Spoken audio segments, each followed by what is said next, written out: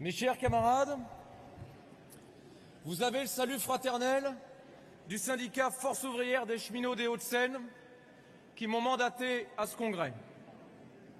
Vous avez également le salut fraternel de l'Union départementale CGT Force ouvrière des Hauts-de-Seine, dont je suis le secrétaire. Nous avons tenu notre 10e congrès il y a bientôt 1 an. Congrès autour duquel notre camarade Gilles Chalier, membre de la CE confédérale, a décidé de ne pas reconduire son mandat. J'en profite ici pour saluer le militant infatigable qui malheureusement ne peut pas être parmi nous aujourd'hui. Je voudrais ici le remercier pour sa détermination sans faille et toute sa confiance. Merci Gilou.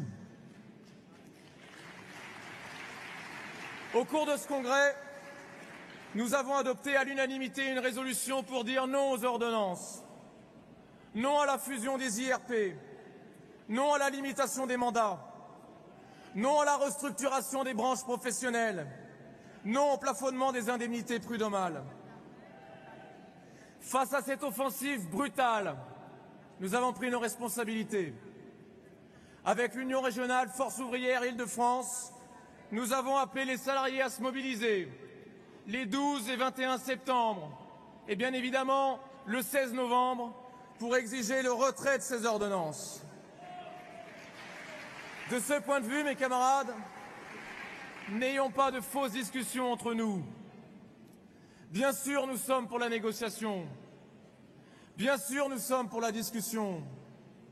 Mais lorsque la négociation n'aboutit pas, lorsque les discussions mènent à l'impasse, comme c'est par exemple le cas à l'heure actuelle à la SNCF, que nous reste-t-il? Il ne nous reste que le rapport de force.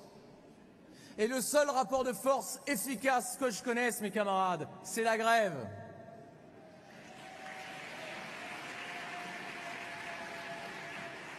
À l'heure actuelle, il y a beaucoup de grèves. Beaucoup.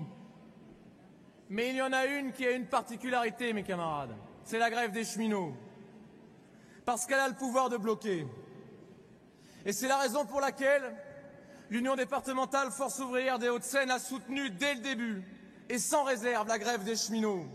Nous avons soutenu financièrement la Fédération Force ouvrière des cheminots et nous continuerons à le faire autant que de besoin, car ça fait maintenant 5 séquences de grève, 6 si l'on compte le 22 mars, appelées dans l'unité des fédérations. Et comme l'ont dit d'autres avant moi, la grève reste puissante, mes camarades. Nul ne sait ce qui va se passer dans les prochains jours.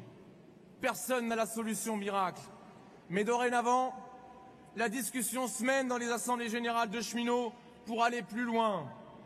Pour bloquer non pas 2 jours, mais tous les jours. Nous verrons bien ce qui va se passer. Mais c'est bien la question de la grève pour bloquer, la grève pour gagner qui est posée.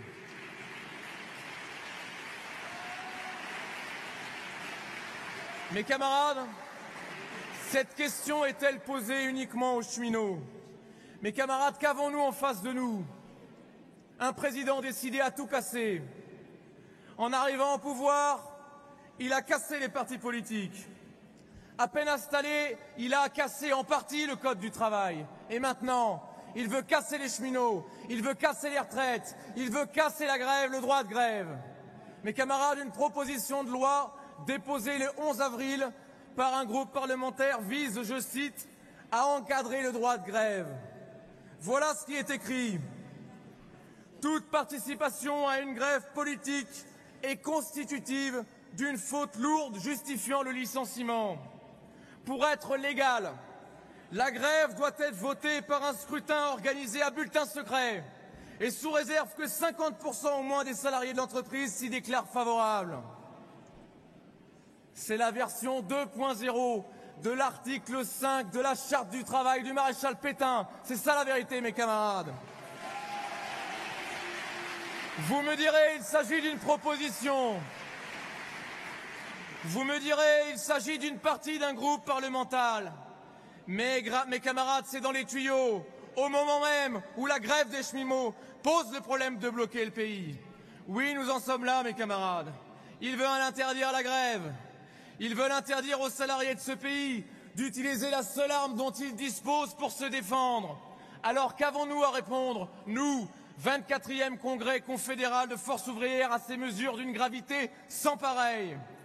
Je considère pour ma part que nous ne pouvons pas sortir de ce congrès sans réagir. Nous ne pouvons pas sortir de ce congrès sans ouvrir une perspective aux salariés. Nous ne pouvons pas sortir de ce congrès sans mandater les instances confédérales pour organiser, dès que possible, la grève interprofessionnelle de nature à rassembler tous les salariés, publics, privés, confrontés chacun dans leur secteur au plan de destruction du gouvernement. C'est ça qu'attendent nos syndiqués, c'est ça qu'attendent les salariés de ce pays. Vive l'indépendance syndicale, vive la Confédération Générale du Travail, Force ouvrière, je vous remercie.